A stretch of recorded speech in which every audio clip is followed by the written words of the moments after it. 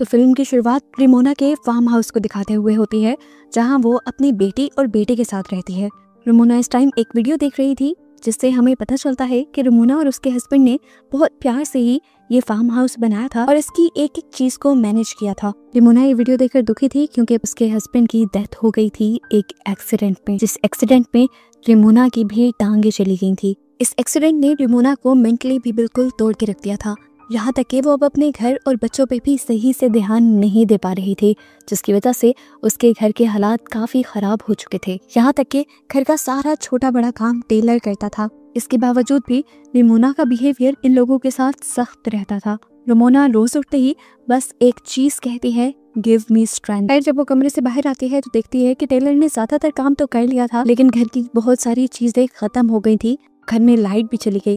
इन सब बातों के दौरान अचानक से रेमोना नोटिस करती है कि उनके घर के यार्ड में कोई बैठा हुआ था। कोई लेडी थी ये, जो अच्छी तरह ब्लैक कलर के किसी कपड़े से कवर्ड थी। इसे देखकर रेमोना डर गई। उसने अपने दोनों बच्चों को घर के अंदर रहने को कहा और खुद उससे पूछने के लिए गई कि वो यहाँ क्या कर रही है। वो इस लेडी को डराने के लिए ये भी कहती है कि अभी थोड़ी देर में मेरे हस्बैंड आने वाले हैं, अच्छा यही है कि तुम यहाँ से चली जाओ। लेकिन ये लेडी ये कहकर रेमोना को हैरान कर देती है कि तुम्हारे हस्बैंड मर चुके हैं, वो भी एक एक्सीडेंट में, और उसी एक्सीडेंट में तुम्हारी भी ये टांग गई थी। रेमोना को अब उससे डर लगने लगा। वो रेमोना से कहती है, रेमोना आज वो दिन आ गया है जिसके लिए तुम मुझे बुलाती थी, मैं आ गई हूँ। रेमोना जब उसकी बात नहीं समझ पाई तो उसने अपने खून से भरे हुए हाथ दिखा दिए। रेमोना अब तेजी से डरकर अपनी कार की तरफ बढ़ती है ताकि वो अपनी कार को ऑन करके एटलीस्ट अपने फोन को चार्ज करे और यहाँ पर पुलिस बुला सके। लेकिन अब कार भी स्टार्ट नहीं हो रही थी। डरते हुए रेमोना घर के अंदर आ जाती है तो बच्चे उससे ब्लैक ड्रेस वाली लेडी के बारे में पूछने लगते हैं। वो बच्चों को कुछ भी बताने के बजाय उन्हें डांट कर चुप करवा देती है। बच्चों के सवाल जब खत्म नहीं होते तो रेमोना का गुस्सा एक हद से ज्यादा बढ़ जाता है। वो चीजों को तोड़ने लग जाती है और अपने बच्चों पर भी शाउट करती है, जिसके बाद खड़े होकर वो घर के सभी खिड़कियां दरवाजे लॉक कर देती है। इसके बाद जब वो बैठती है तो उसे अपने टांग के जख्म में दर्द फील होता है।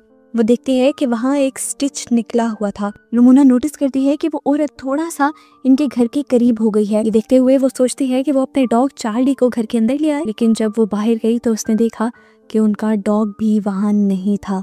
लेकिन ये बात उसने बच्चों को नहीं बताई। लेकिन अब इस डर ने उसके गुस्से को और भी ज्यादा भड़का दिया था। वो टेलर को भी एक और मर्तबा डांट देती है, यहाँ तक कि वो अपनी बेटी को थप्पड़ भी लगा देती है क्योंकि वो बार बार आर उल्टा लिख रही थी। रेमोना को एकदम से अपनी गलती का एहसास भी हो जाता है। इतनी बड़ी गलती नहीं थी उसकी बेटी की जितनी उसने सजा दे दी, इसलिए उसने फौरन अपनी बेटी को गले लगा दिया। और जैसे ही उसने शीशे में देखा तो कुछ अजीब हुआ। उसके हाथ में एक चाकू है जो उसने जल्दी से अपनी बेटी के अंदर स्टैब कर दिया। एकदम से वो होश में आई और उसने देखा कि इस टाइम उसकी गोद में एक पिलो था, लेकिन उसने इस पिलो के अंदर चाकू स्टैब किया था। ये उसके पास किस टाइम में आया, उसे किसने पकड़ाया, कुछ याद नहीं। टेलर जब पीछे अपनी मॉम को देखता है तो और भी ज्यादा परेशान हो जाता है। वो जान गया था कि अब उसकी मॉम तो मेंटली स्टेबल नहीं है, तो इस मुश्किल से उसे निकलने के लिए खुद ही कोई रास्ता तलाश करना पड़ेगा। रेमोना अपनी बेटी को लेकर रूम में चली जाती है और वो चुपके से घर से बाहर निकल जाता है। वो गाड़ी के जरिए अपने साथ वाले फार्म हाउस में जाकर वहाँ से मदद लाना चाहता था, लेकिन कार तो पहले भी नहीं चली थी। कुछ देर में रेमोना भी उसे ढूंढते हुए यहाँ पर आ जाती है और उस पर बहुत ज्यादा गुस्सा होती है। तेजी से वो उसे घर के अंदर भी ले आई थी, लेकिन अब टेलर को भी गुस्सा आ गया था क्योंकि वो जान गया था कि उनका डॉग चार्ली बाहर नहीं है और रेमोना कुछ उनसे छुपा रही है। टेलर अब अपनी मॉम से कहता है, आपसे कुछ नहीं होगा, मैं ही इसे हैंडल करूंगा। ये कहकर वो गुस्से में एक रूम में चला गया जहाँ पर उसके डैड की चीजें थी और यहाँ पर उसने एक गन उठा ली। रेमोना उससे आकर लड़ने लगी, ये क्या कर रही हो तुम, उसे वापिस रखो। और इनकी बहस के दौरान हमने बाहर ब्लैक लेडी को देखा, वो इनके घर के और करीब आ गई थी। अब टेलर गुस्से में गन लेकर बाहर जाता है और इस ब्लैक लेडी के ऊपर गन तान देता है और उससे कहता है, जल्दी से निकल जाओ मेरी प्रॉपर्टी पे से। औरत टेलर से डरती नहीं बल्कि अपना वेल उठाकर कहती है कि तुम्हारी मॉम ने आज तक तुमसे झूठ बोला है। उसने यहाँ पे एक बहुत ही हैरान कर देने वाली हकीकत टेलर को बताई और उससे कहा कि ये बात जाकर अपनी मॉम से पूछो। टेलर गुस्से में भड़का हुआ अंदर आया और उसने रेमोना से पूछा, मेरी डैड की मौत कैसे हुई थी। रेमोना उसके इस अंदाज से डर गई और उसे कहानी सुनाना शुरू की। उस रात ही जब वो और डेविड दोनों एक फैंसी रेस्टोरेंट में गए थे, लेकिन यहाँ पर रेमोना खुश नहीं थी।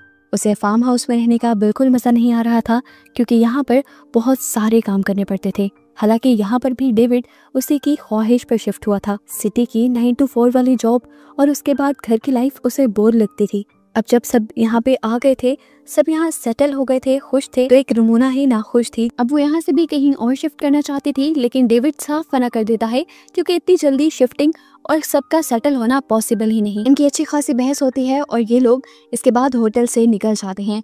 दिखाया जाता है कि डेविड नहीं बल्कि उस रात रुमोना ही कार ड्राइव कर रही थी। उसे अपने पीछे इसी ब्लैक लेडी का शैडो दिखाई दिया उस रात, जिसकी वजह से उसका ध्यान भटक गया और उनका एक्सीडेंट हो गया। हालांकि उसने तो बच्चों को ये झूठ बोल रखा था कि उस रात गाड़ी डेविड ड्राइव कर रहा था और उसी की वजह से एक्सीडेंट हुआ। टेलर ये हकीकत जानकर बहुत ज्यादा दुखी हो जाता है, टूट जाता है।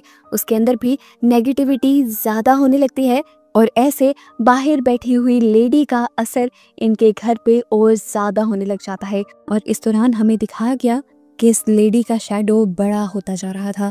इस औरत के शैडो से बचने के लिए ये सब लोग एटिक में चले जाते हैं, लेकिन एटिक में भी वो ब्लैक लेडी अपने शैडो के जरिए रुमोना की छोटी बेटी को अपनी तरफ खींच लेती है। ये लोग उसे पकड़ते भी हैं, लेकिन वो लड़की तेजी से खींची जा रही थी। तब टेलर जल्दी से जाकर उस विंडो को ही ढक देता है, जिसके जरिए वो ब्लैक लेडी रुमोना की बेटी को कंट्रोल कर रही थी। और विंडो को कवर करने के बाद उसकी बहन छूट जाती है, लेकिन इसके बाद भी वो एंटिटी खामोश नहीं बैठी थी। वो इनके घर की लाइट्स फ्लिकर करके इनके घर की चीजों को गिराकर इन्हें डराती है और फिर रुमोना पर हावी हो जाती है, उसे पोसेस कर लेती है। हावी होते हुए ऐसा सीन दिखाया जाता है जैसे रुमोना और ये एंटिटी एक साथ मिल गए हैं। वो एंटिटी अब रुमोना की बेटी को गले लगाती है और वो भी गायब हो जाती है।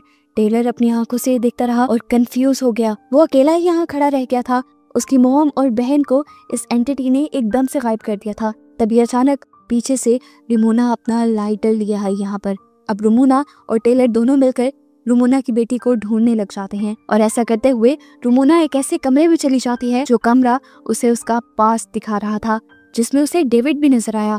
डेविड काफी खुश नजर आ रहा था और वो रुमोना से कहता है, देखो तुम्हारे पसंद के फूल भी यार्ड में खिल गए। रुमोना अब उसके करीब चली जाती है। एकदम से सीन बदलता है और हम देखते हैं कि डेविड ने उसे मारना शुरू कर दिया। वो उसका गला दबा रहा था और अगले ही पल रुमोना ने अपने आप को ब्लैक ड्रेस में यार्ड में बैठा हुआ देखा, बिल्कुल उस एंटिटी की तरह जो अभी इनके घर के बाहर थी। इस टाइम उसके सामने रुमोना का दूसरा वर्जन आया। ये वो सीन बन गया जब रुमोना पहली मर्तबा इस ब्लैक ड्रेस वाली लेडी से बात करने के लिए आई थी। यहाँ इस सीन में ब्लैक ड्रेस में बैठी हुई रुमोना अपने मुंह से वो ब्लैक कपड़ा, ब्लैक वेल हटाने लगती है और उसके सामने वाली रुमोना अजीब से तरीके से कहती है, वो दिन आ गया जिसका तुम्हें इंतजार था।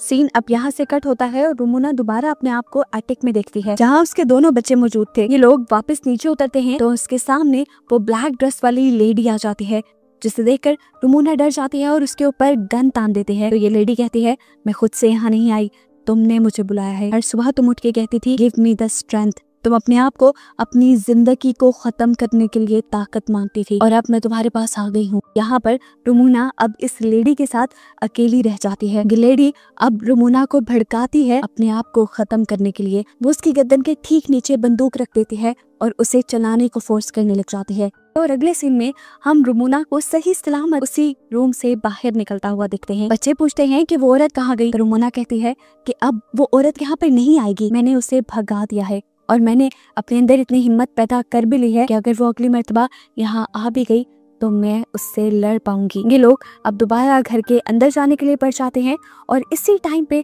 इनके घर की लाइट भी आ जाती है और इनका गुमा हुआ डॉग भी वापस आ जाता है। घर के अंदर जाने पर हमें एक पेंटिंग दिखाई जाती है जो रुमोना ने खुद पेंट की थी और इसी के अंदर वो डार्क लेडी भी थी जिसे हम पूरी मूवी में देखते आए हैं। असल में वो डार्क लेडी रुमोना के डार्क थॉट्स थे, उसकी गलत सोचें थी। उसने अपने अंदर की नेगेटिविटी को इतना बढ़ा लिया था कि उसकी नेगेटिविटी ने एक फिजिकल शक्ल ले ली, एक एंटिटी के रूप में उसके और उसकी फैमिली के सामने आ गई।